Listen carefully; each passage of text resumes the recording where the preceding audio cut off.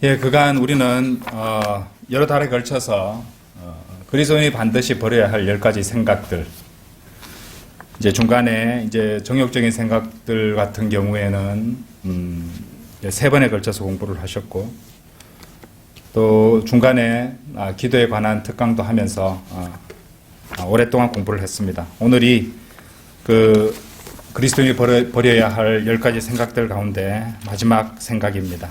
예. 이렇게 길어질 줄도 몰랐었고, 예.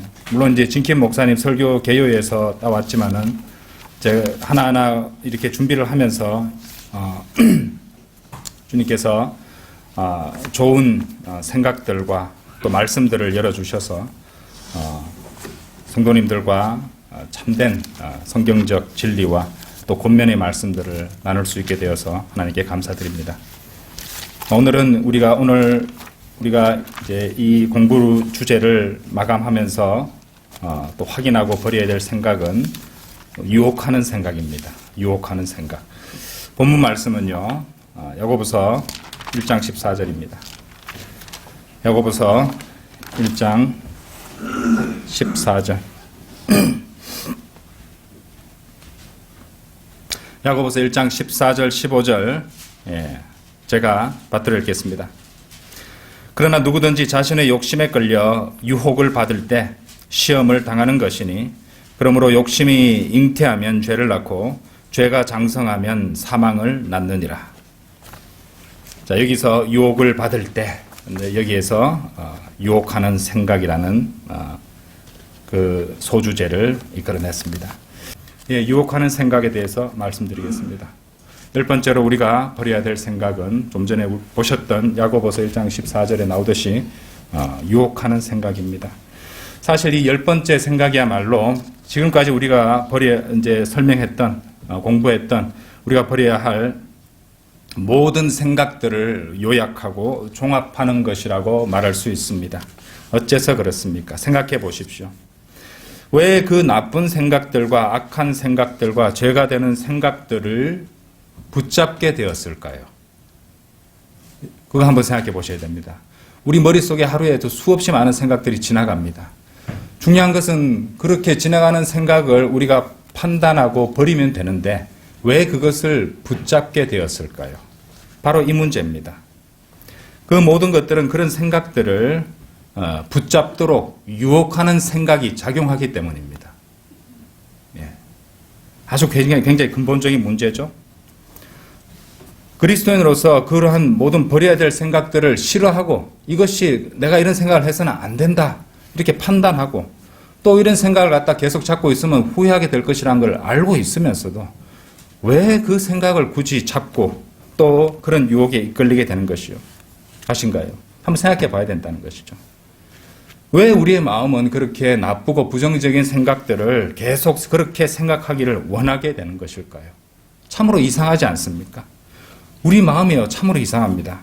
참된 행복, 순수한 기쁨, 이런 것들보다는요, 걱정과 분노와 질투와 정욕과 탐심과 낙심과 변명들을 계속해서 떠올리려고 하고 있는 것이에요. 이상하잖아요. 선한 생각, 그죠? 그리스도의 생각, 예. 또 하나님께서 넣어주시는 그런 귀한 생각들을 주장하고 붙잡기보다는 오히려 악하고 나쁜 생각들을 계속해서 잡으려고 하는 것입니다. 오늘 살펴볼 이 마지막 유혹하는 생각을 우리 마음으로부터 떨쳐버리기 위해서 이제까지 살펴보았던 9가지 버려야 될 생각들을 정리할 것입니다. 그리고 그 모든 악한 생각들을 유도하는 이 유혹하는 생각을 버리기 위해서 우리가 반드시 해야 하고 붙잡아야 될 것이 무엇인지 살펴보도록 하겠습니다. 여러분들은 그간 우리가 살펴보았던 그리스도인이 버려야 할 이 9가지 생각들을 모두 기억하십니까? 첫 번째, 분노의 생각을 버려야 된다고 말씀드렸습니다. 그리스도인도 어떤 사람을 향해서 겉으로는 웃지만 마음속으로는 은밀하고 또 내밀한 그런 분노를, 그리고 쓴뿌리를 가지고 있는 경우가 많습니다. 겉으로는 웃으면서 미소 지으면서 사랑 운운하지만 마음속에는 그런 쓴뿌리를 감추고 있는 법이죠. 하지만 그것은 결코 우리 주님께는 합당하지 않은 자세입니다. 주님께서는 우리가 이미 공부하셨습니다. 이사야서 43장 25절에서 나는 나 자신을 위하여 네 허물들을 없애는 이니 네 죄들을 기억하지 아니하리라.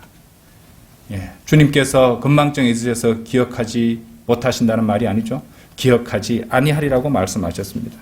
골로새서 1장 14절에서 우리 그리스도인들이 주 예수 그리스도 안에서 우리가 그의 보혈을 통하여 구속 곧 죄들의 용서함을 받았다고 말씀하십니다.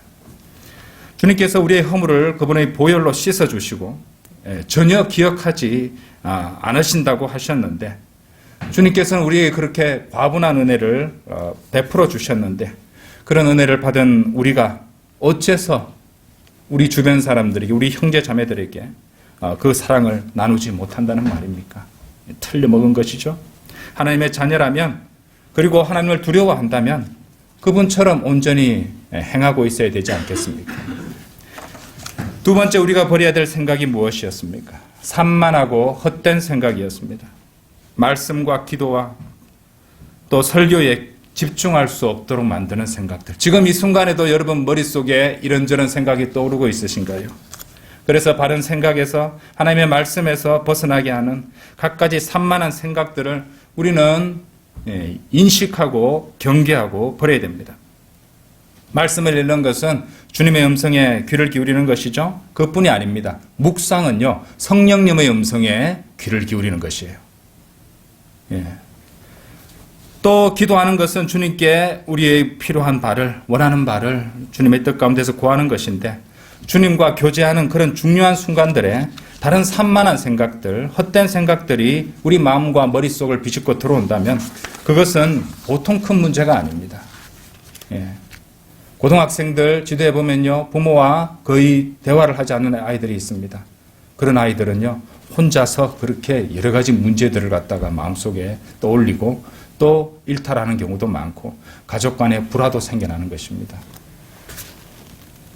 그리스도인 하나님의 자녀들이 주님과 온전한 그렇게 교제를 하지 않는다면, 그렇죠? 그건 심각한 문제가 아닐 수 없습니다.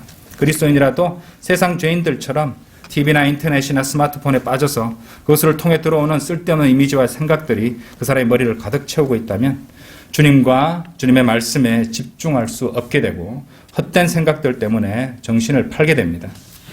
하나님께서는 헛된 생각과 그와 더불어서 생겨나는 사악한 생각들을 미워하십니다. 그러므로 그리스도인은 하나님께서 미워하시는 것도 같이 미워해야 되는 것이죠. 눈앞에 말씀의 필터를 두세요. 그리고 그 말씀의 필터를 통해서 산만하고 악한 생각들을 그 즉시 걸러내도록 해야 됩니다. 사람이 머릿속에 떠오른다고 생각은 자유라고 아무 생각이나 떠올리고 이미지나 떠올리고 생각해서는 안 됩니다. 예, 모든 생각을 철저히 분별하고 버릴 것은 버리고 잘라낼 것은 잘라내야 되는 것이죠. 머릿속에 이런저런 생각이 어지럽다는 것은 하나님과 교제가 위험해지고 있다는 반증입니다. 세 번째로 우리가 버려야 될 생각은 탐욕스러운 생각이었어요. 디모데전서 6장 10절 말씀 기억하시나요? 돈을 사랑하는 것이 모든 악의 뿌리니 이것을 욕심내는 어떤 사람들이 믿음에서 떠나 방황하다가 많은 슬픔으로 자신들을 찔렀도다. 이 말씀은요, 우리에게 중요한 진리를 가르쳐 주십니다. 탐심은 무엇과 연관이 있다고요? 우리가 사랑하는 것으로부터 도단한 가지에 맺히는 열매입니다. 그러므로 만일 누군가가 하나님보다 세상을 더 사랑한다면 그 사람은 갖가지 문제에 빠질 수밖에 없다고 생각해야 됩니다. 지난 수요 기도에서도 양다리 그리스도인에 대해서 제가 말씀을 드렸잖아요. 하나님도 사랑하고 돈도 사랑할 수는 없습니다. 하나님과 일치하면서 세상과 일치할 수는 없는 것입니다. 하지만 그것이 틀렸다라고 생각하는 자들이 얼마나 이 나라의 강단을 채우서 강단에서 설교를 합시고 하고 있습니까? 결코 그럴 수는 없는 것입니다. 하나님보다 세상을 사랑한다면 그 사람은 온갖 문제를 일으키고 온갖 슬픔을 얻게 될 것입니다. 왜냐하면 그 사람에게는 세상이 최고의 기쁨이 될 것이기 때문에 그렇죠. 그러니까 사랑하는 세상으로부터 또 세상적인 것을 얻지 못한다면 슬퍼하고 절망하고 낙심할 것이기 때문이죠. 하지만 우리가 반드시 기억해야 될 것은 이 세상의 모든 것들은 결국에는 불타 없어져 버릴 것이라는 사실입니다. 그것을 아는 성도가 하나님께서 베풀어 주셨고 장차 주실 것들보다 세상 죄인들이 가진 것을 더 부러워한다는 것만큼 꼴불견도 없을 것입니다. 따라서 우리는 하나님의 말씀을 통해서 말씀의 거울에 비춰보고, 그렇죠?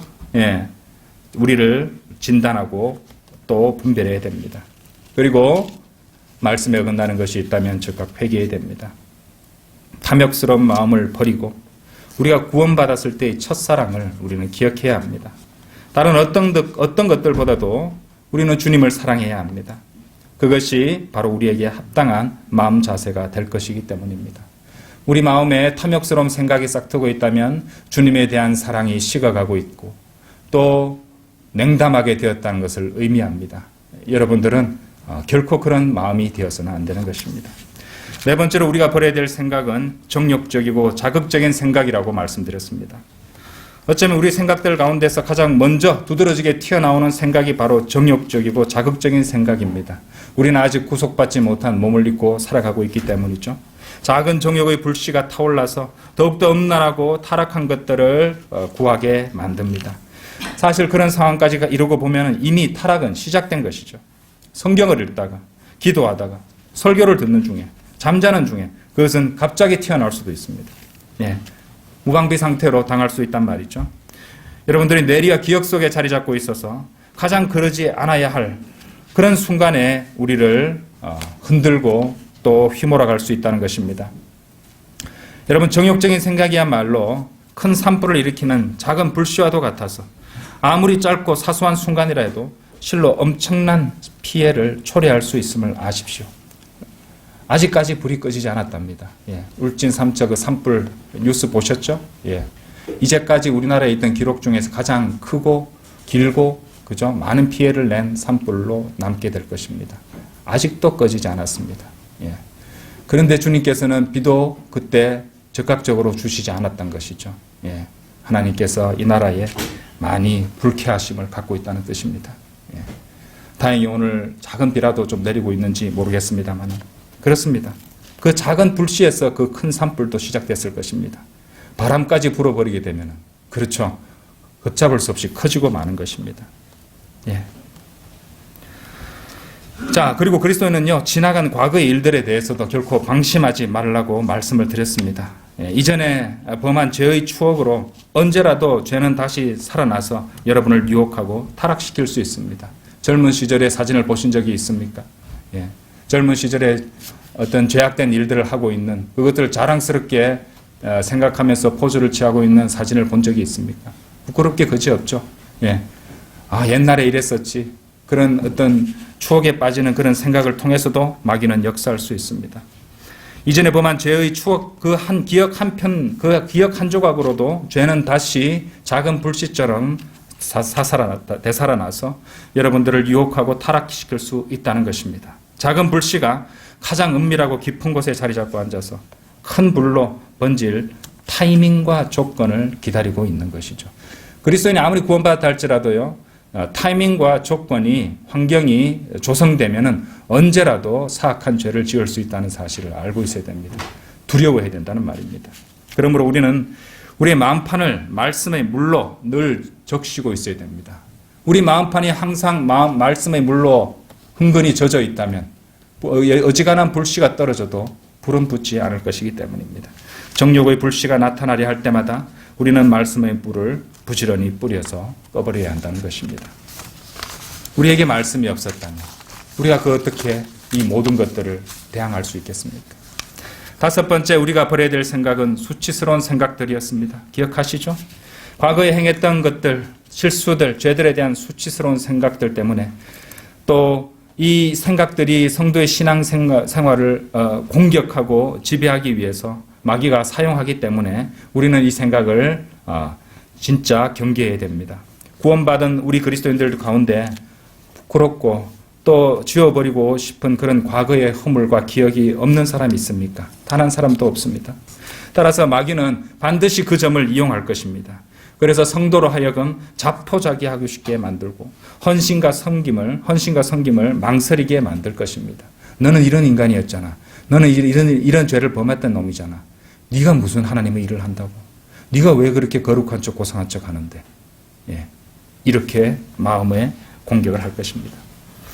성도 여러분, 결코 그런 것을 져서는 안 됩니다. 먼저 자신의 수치스러운 생각들과 죄의 기억들을 두려워하지 말고 그것들을 직면하고 인정하십시오. 예. 그리고 그 모든 것들을 하나님께 자백하고 또 그리스도인 생활을 하다가 예전에 잊고 있었던 그런 죄악들이 떠올라서 양심의 가책을 받는다면 그때 주님께 그것을 자백드리면 되는 것입니다. 이미 구원받은 성도는 이제 그 모든 죄들을 용서받았기 때문에 또 설령 그것 가지고 마귀가 공격한다 할지라도 그것조차 자백하면 되는 것입니다. 그렇죠? 그리스도의 보혈을 적용하라는 말씀입니다. 그래서 더 이상 영적 게으름이나 헌신하지 않음의 핑계거리로 삼지 말라는 말씀입니다.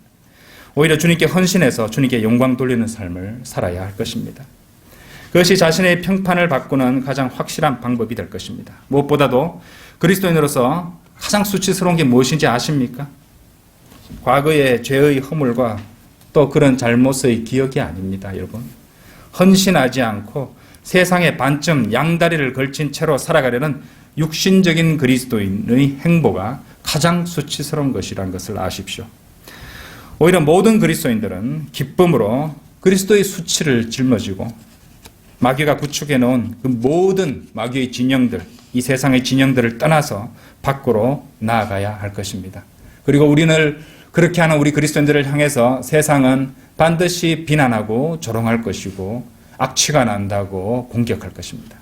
하지만 주님께는 향기로운 향기를 내는 것임을 기억하시기 바랍니다. 여섯 번째로 우리는 절망적인 생각을 버려야 된다고 말씀드렸습니다. 절망에 빠져 있는 많은 그리스도인이 간과하고 인정하지 않는 것은요, 스스로 절망을 떨쳐버리고 용기를 얻을 수 있다는 점을 알지도 못하고 인정하지도 않는다는 사실입니다. 저절로 좋은 생각이 생겨나기를, 저절로 바르게 사라지기를. 아니죠? 예. 스스로 해야 될 부분들은 반드시 있는 것입니다. 사무엘상 30장 6절 말씀에서 우리는 그 점을 더욱 확실히 깨닫게 되었죠. 그 말씀은 하나님 안에서 다윗이 스스로 용기를 불어넣었다고 말씀하시고 있었기 때문입니다. 절망 가운데서 고통을 겪고 있는 성도들이 있습니까? 그렇다면 다윗처럼 스스로 용기를 얻을 수 있다는 것을 알고 적용하길 바랍니다. 무엇보다도 사람에게, 목사나 가족들에게 의지하는 대신에 주님을 신뢰하고 그분만을 의지하십시오. 주님으로 인해서 하나님 안에서 스스로 용기를 얻을 수 있어야 합니다. 말씀대로입니다. 그죠? 모든 문제에 대한 진정한 해결책은 주님만이 주실 수 있습니다. 그분께서 모든 것을 주관하시거든요. 그분께서 모든 것을 알고 계시거든요. 이 중에서 주님보다 더 지혜로운 사람이 있습니까? 이 중에서 주님보다 더 능력 있는 사람이 있습니까? 없습니다. 그러면 누구한테 의지해야 될지 답이 나오지 않습니까? 아무리 애를 써도 용기를 얻을 수 없다면 이 점을 생각해 보십시오. 하나님께서는 여러분의 수고와 눈물과 그 모든 고난들에 대한 보상을 해 주실 것이라는 점을 말입니다. 이 생에서가 아니라면 영원 시대에 가서도 반드시 주님께서는 갚아주실 것입니다. 장차 그날이 오면 우리는 우리의 본향에서 그 모든 고난과 상심과 슬픔을 잊게 될 것입니다. 그 소망을 붙잡는다면 아무리 힘든 시련을 통과해 가고 있다고 해도 우리는 스스로 용기를 얻을 수 있을 것입니다. 성도 여러분, 잘 생각해 보십시오. 하나님께서는요, 참으로 많은 것을 우리에게 주셨습니다. 네, 참으로 많은 것을 주셨습니다. 그리고 주님께서 우리를 보호해 주신 것들은 셀 수 없이 많을 것입니다. 여러분이 인지하지 못한 순간들이 얼마나 많았는지 생각해 보십시오. 이미 주신 복들을 세어보라는 말입니다. 무엇이 문제인지 아십니까, 여러분? 그것은 하나님께서 주신 그 모든 것들을 우리 그리스도인들 상당수는 당연한 것, 대수롭지 않은 것으로 받아들이고 산다는 것입니다. 지금 이 전쟁터, 우크라이나 전쟁터에서 죽어가는 사람들이 얼마나 많은지요. 모든 삶의 터전을 잃고 피난민으로 돼서 매일매일 눈물을 흘리는 사람이 얼마나 많습니까? 여러분들은 남일처럼 보고 있지만 그것이 우리 일이 안 될 수 있다는 보장이 어디 있습니까? 하나님께서는 지금까지도 여러분들을 지켜주시고 우리에게 필요한 것들을 채워주시고 모두 신실하게 보호해 주셨기 때문입니다. 하나님께서 주신 그 모든 것들을 당연한 것들로만 생각한다면 정신을 차리고 주의하여야 됩니다. 그렇지 않으면요, 곧장 조금이라도 조금이라도 생활에 문제가 생기면요, 절망의 영에 의해서 잠식당하게 될 것입니다. 마귀가 공격한다는 것입니다. 마귀는요, 여러분들 하나님께서 주신 모든 것들에 대해서 참으로 감사드리고 살아야 됩니다. 모든 사소한 것들에 대해서 신실하게 채워주신 하나님의 은혜에 대해서, 그리고 여러분의 그 많은 잘못들과 죄들 가운데서도 자비롭게 주님께서 우리를 대해 주셨지 않습니까? 그것을 결코 가볍게 생각해서는 안 됩니다. 예. 그것을 가볍게 생각하는 사람은 마귀가 그 생활 속에서 조금이라도 불편이나 문제를 만들어내면 곧장 절망해 버립니다. 그렇기 때문에 그렇습니다. 감사하지 않는 사람이 가장 절망하기 쉽다는 생각을 아셔야 됩니다. 정신을 차리십시오. 그렇지 않으면 하나님께서 주신 것들에 대한 감사함과 기쁨을 마귀는 훔쳐가 버릴 것입니다. 그리고 우리는 절망에서 벗어날 수 없게 된다는 것이에요. 그러므로 깨어서 기도하라고 그랬습니다. 감사함으로 기도해야 됩니다. 형식적으로 감사합니다가 아니라 진정으로 하나님께 이 모든 순간, 그 모든 것들에 대해서 감사드릴 수 있어야 돼요. 그런 성도가 마귀의 공격에서 이길 수 있다는 것입니다. 7번째로 우리가 버려야 될 생각이 무엇이었나요? 우리는 변명하는 생각을 버려야 된다고 말씀드렸습니다. 구원받은 그리스도인들도요, 시시때때로 이런저런 변명을 합니다. 머릿속에 이런 변명들이 떠오릅니다. 그런데 정신을 안 차리고 또 이렇게 주의하지 않으면요, 그런 육신적인 변명들을 붙잡고 마는 것입니다. 그런 변명들이 자신한테 도움이 되지 않는다는 것을 알면서도 모두 그렇게 그 변명들을 붙잡고 하나같이 변명하는 것입니다. 여기도 유혹하는 생각이 작용을 하겠죠. 무엇보다도 그리스도인이 죄를 짓고 타락하고 주님을 위해 충분히 열심을 내고 섬기지 못한 이유는 이건 어쩔 수 없는 상황이야. 나는 할 수 없겠는데? 나는 너무 바쁘잖아. 너무 피곤해. 이런 등등의 구실이나 변명을 늘어놓는 생각 때문입니다. 만일 어떤 사람이 목자에게 이런저런 이유 때문에 교회 출석을 못하겠다고 말한다면 그것은 동시에 스스로에게 변명을 대며 정당화시키고 있는 것일 수도 있습니다. 하나님께서 모든 것을 주관하시는데 두렵습니까? 아침에 일어나서 이런저런 이유를 들어서 핑계를 대면서 성경 읽기나 기도하기를 미루거나 교회 출석이나 구령 모임에 못 가겠다고 생각한다면 그것은 하나님 앞에 죄가 될 수 있습니다. 그것을 생각하셔야 돼요. 물론 참으로 어쩔 수 없는 상황들이 분명히 있을 수는 있습니다. 그리고 하나님께서는 우리가 균형 잡힌 삶을 살기를 원하십니다. 그래서 무조건 모든 것을 다 해야 되고 100% 해야 된다, 이 말씀 드리는 것은 결코 아니에요. 하지만 중요한 것은 자신이 살아가는 매 순간마다 반드시 해야 되고 가장 중요한 것은 두 개가 될 수 없다는 것이에요. 그런 분별력을 지녀야 된다는 것입니다. 분명한 것은 우리 육신은요, 뭔가 변명들을 떠올리게 하고 만들어내고 고안합니다. 그리고 그것은 결국에는 그리스도인의 순종의 방해물이 된다는 것이에요. 우리 순종을 방해하고 또 하지 못하도록 공격할 것이란 말입니다. 변명하는 생각이야말로 마귀가 우리를 공격하기 위해서 사용하는 도구와 무기들 가운데서 우리가 어쩌면 가장 방심하는 그런 공격 무기라는 것을 아셔야 됩니다. 변명은 순종의 방해물이라는 사실을 늘 기억하시기 바랍니다. 8번째 생각이 무엇이었나요? 우리는 비난하는 생각을 버려야 된다고 말씀드렸습니다. 예수님께서는 마태복음 7장 5절에서 너 위선자여, 먼저 네 자신의 눈에서 들보를 뽑아내라. 그러면 네가 밝히 보고 네 형제의 눈에서 티를 빼내리라. 이런 말씀을 하셨습니다. 남을 비난하기 전에 자신을 돌아보라는, 그리고 판단해보라는 명령입니다. 참으로 당연하게도 남이나 다른 것에 대해서는 판단하고 비난하기를 잘하는 사람은 대개 자기 자신한테는 참으로 관대합니다. 자기 자신에 대해서는 제대로 판단조차 하지 않는 경우가 많습니다. 그리고 그것이 그 사람의 문제입니다. 자신을 제외한 다른 사람들과 다른 것들에서 늘 문제와 비난거리를 찾으려는 사람이 있다면 그 사람은 거만한 사람이요, 교만한 사람입니다. 그죠? 그런 사람은 또 조롱하는 사람이 되고, 그런 사람은 어리석은 사람입니다. 그러므로 불평하고 예민하게 굴고 비판적인 사람은 스스로 조심하고 주의하시기 바랍니다. 그런 상태야말로 참으로 위험한 상태가 되어 있기 때문입니다.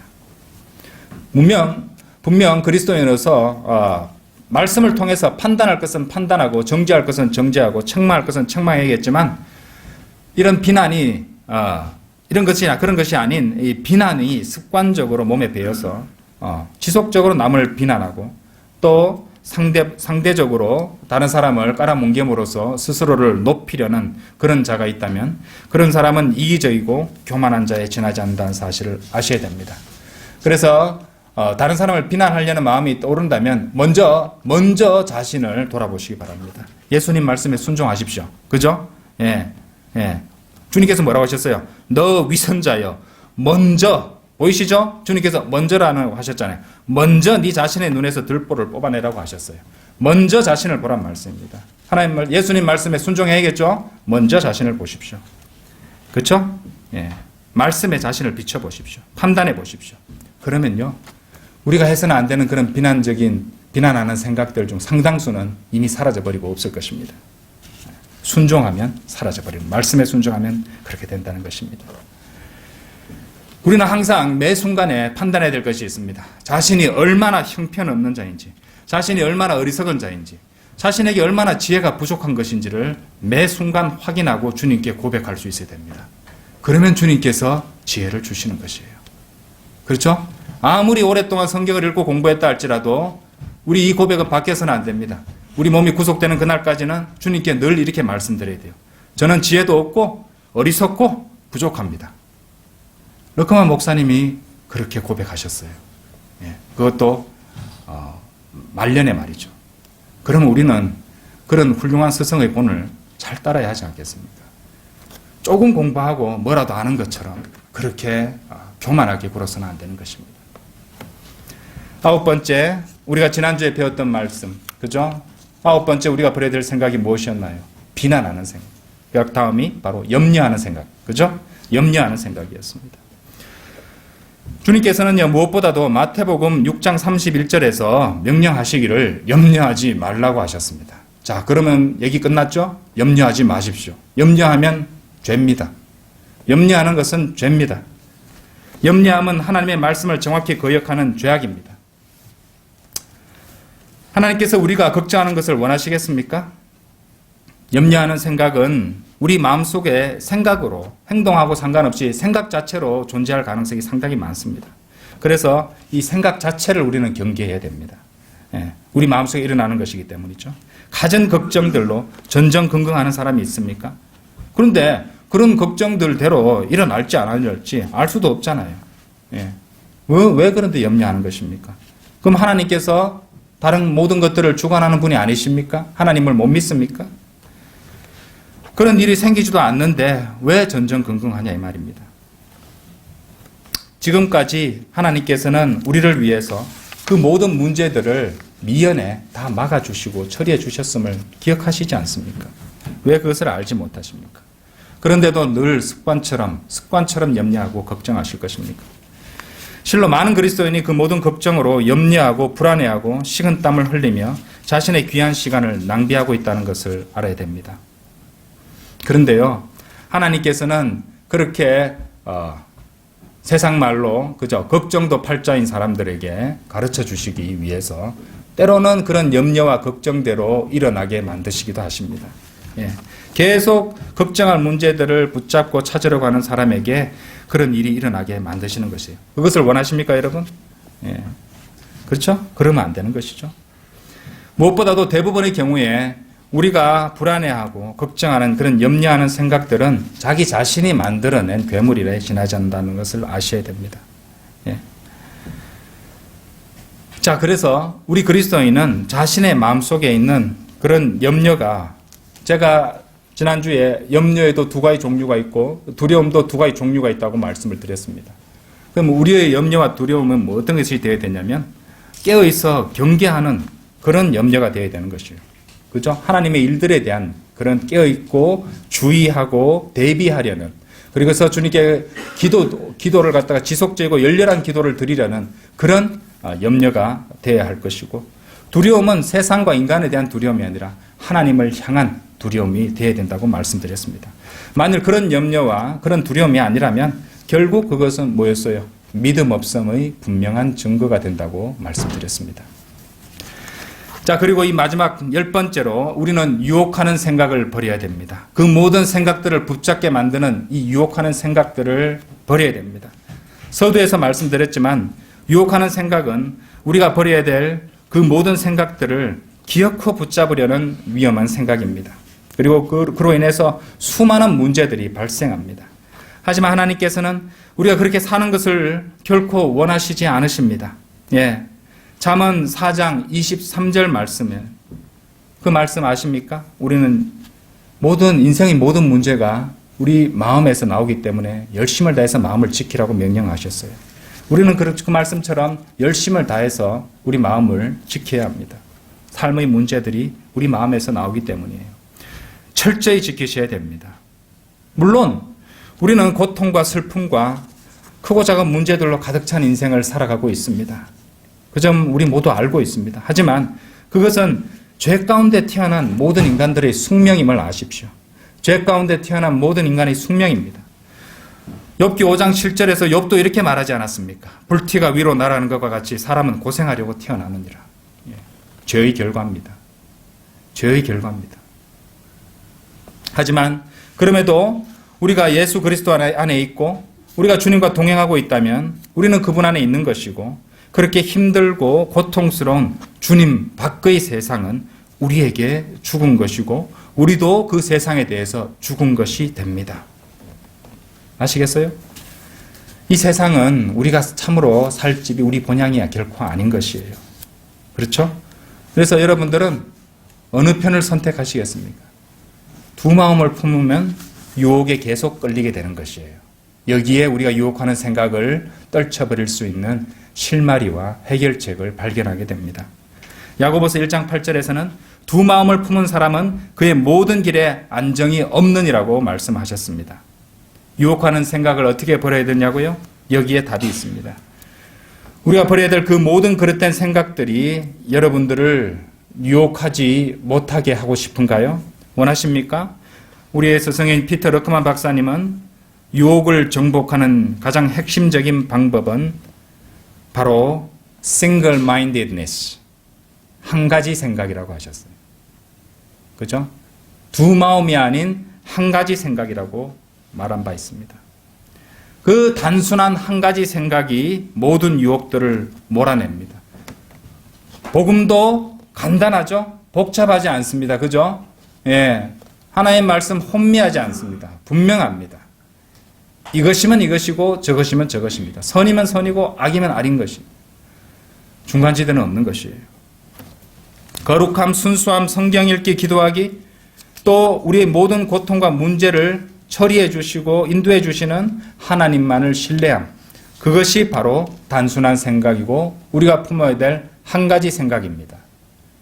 이 한 가지 생각을 품을 때 우리를 유혹하는 생각은 힘을 발휘할 수 없게 되는 것입니다. 모든 악한 생각들을 몰아낼 것입니다. 자, 이제 우리가 이제까지 공부했던 모든 것들의 결론을 내리겠습니다. 고린도전서 4장 5절 열어보십시오.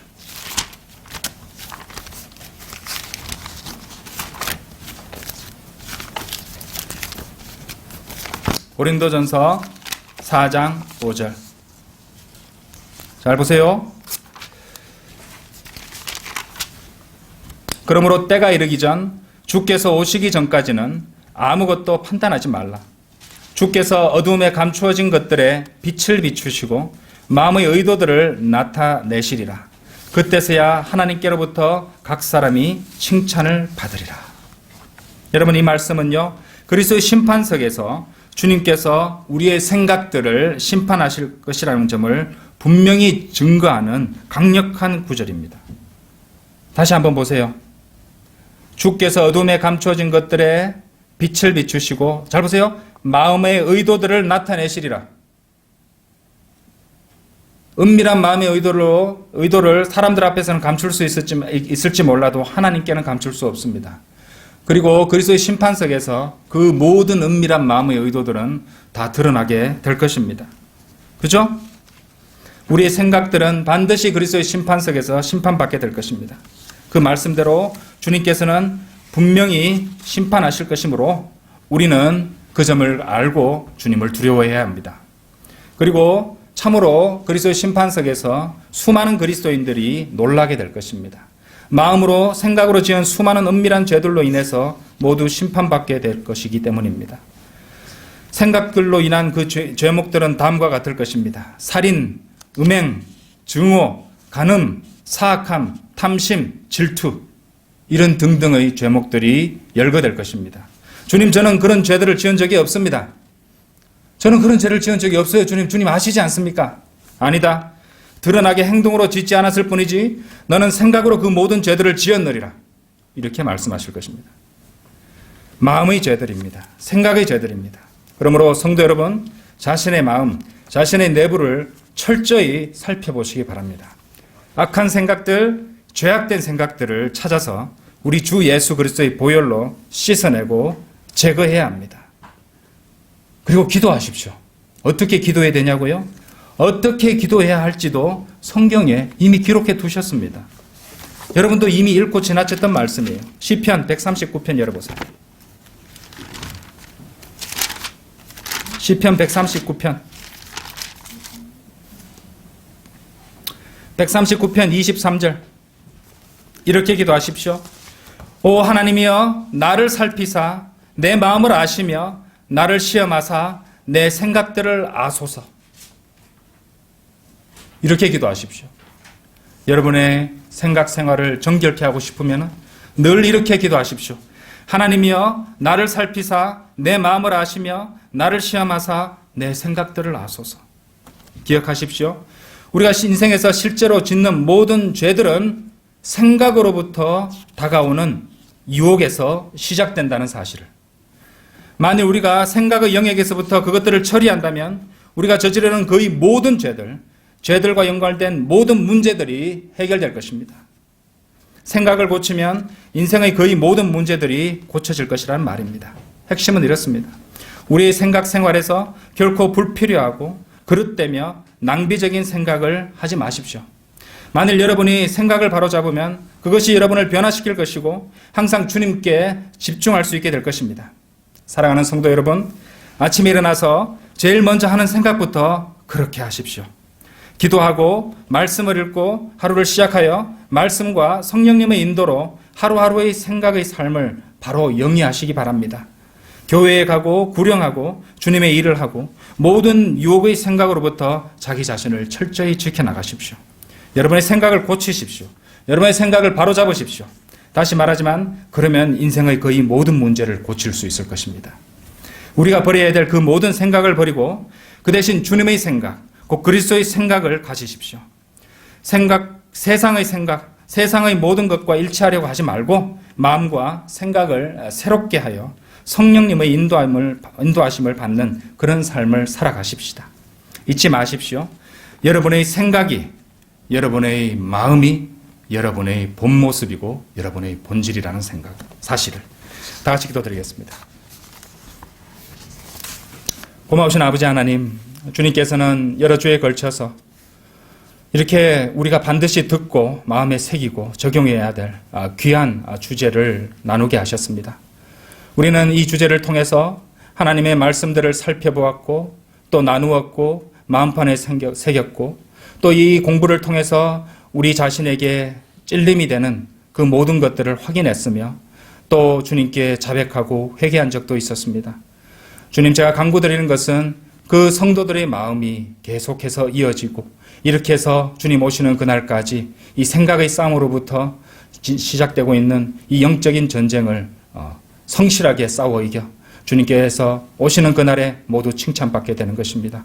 우리 성도들의 마음을 주님께서 잘 지킬 수 있도록, 낙심하지 않도록, 하나님의 말씀에 방해물 없이 순종할 수 있도록 믿음의 경주를 끝까지 완수할 수 있도록 도와주시옵소서. 이후에 있을 두 번의 경배를 통해서 주님 홀로 영광받아 주시옵소서.